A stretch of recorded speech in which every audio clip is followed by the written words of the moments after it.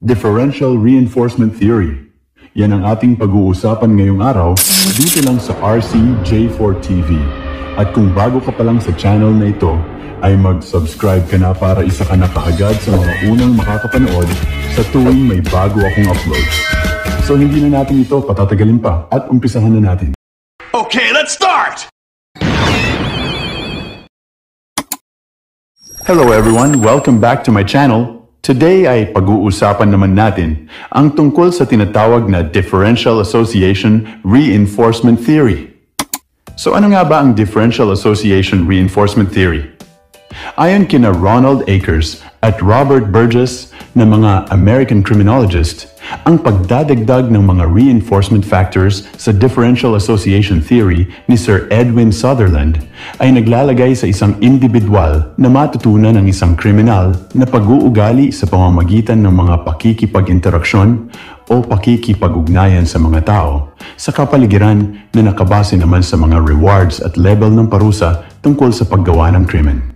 Anyways, in year 1939, unang inilarawan ni Edwin Sutherland na isang American sociologist and criminologist sa kanyang theory na differential association theory kung paanong ang isang individual ay natututunan ang isang ugaling kriminal sa pamamagitan ng pakikipag-ugnayan sa iba pang mga tao.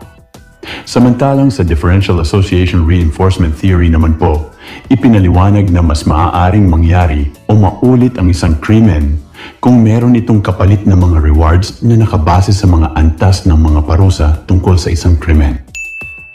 Ngayon, ano naman ang mga idea na nakapaloob sa theory na ito?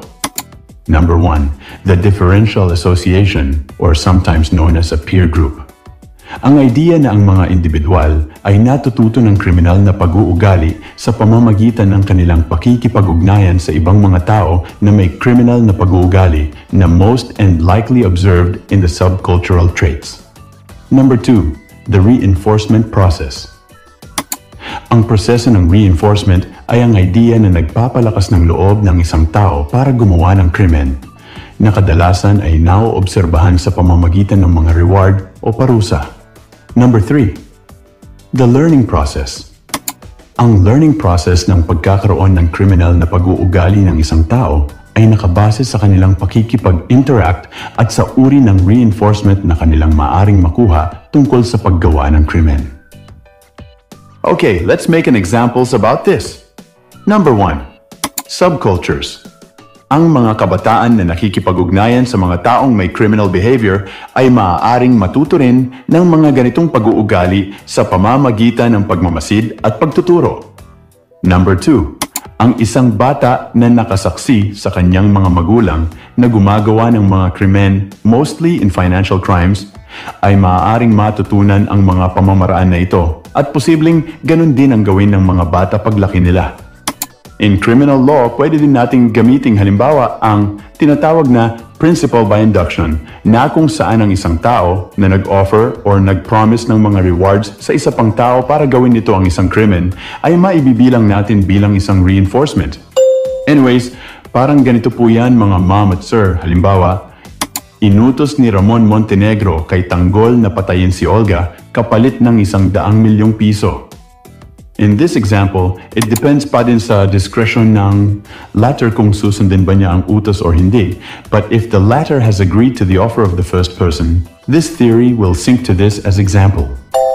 Gaya nga ng binasa at ipinaliwanag natin kanina, ang differential association reinforcement theory ay nagbibigay ng isang mahalagang pag-unawa sa mga factors kung paano nabubuo ang kriminal na pag-uugali.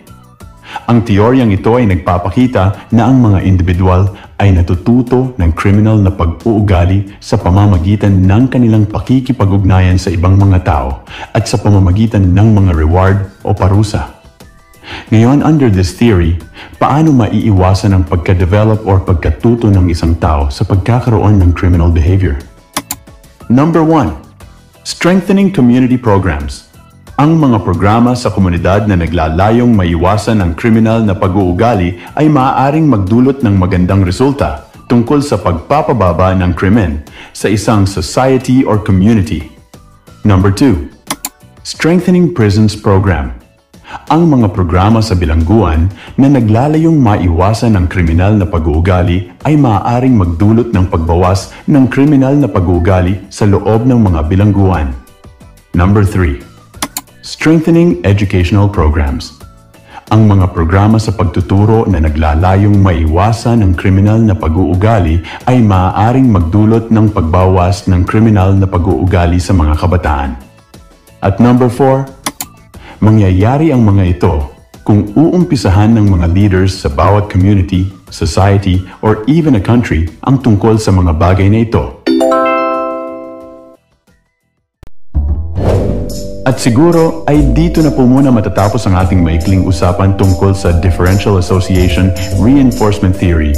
Maraming salamat po sa lahat ng mga nakapanood at mga nakinig, and I hope you learned something about for what we've discussed. See you on the next episode. Goodbye. Kaibigan, nagustuhan mo ba ang topic na ito? Sana ay may natutunan ka ngayong araw. At kung nagustuhan mo ang video na ito, ay maraming salamat sa iyo. At kung gusto mo pa ng mga videos na kagaya nito, ay mag-follow, like, share at subscribe ka lang dito sa aking channel at page upang patuloy kitang ma-notify sa tuwing may mga bago akong uploads. So hanggang dito na lang mga kaibigan at mag-iingat kayo palagi. At maraming salamat ulit sa inyong lahat at God bless at hanggang sa muli.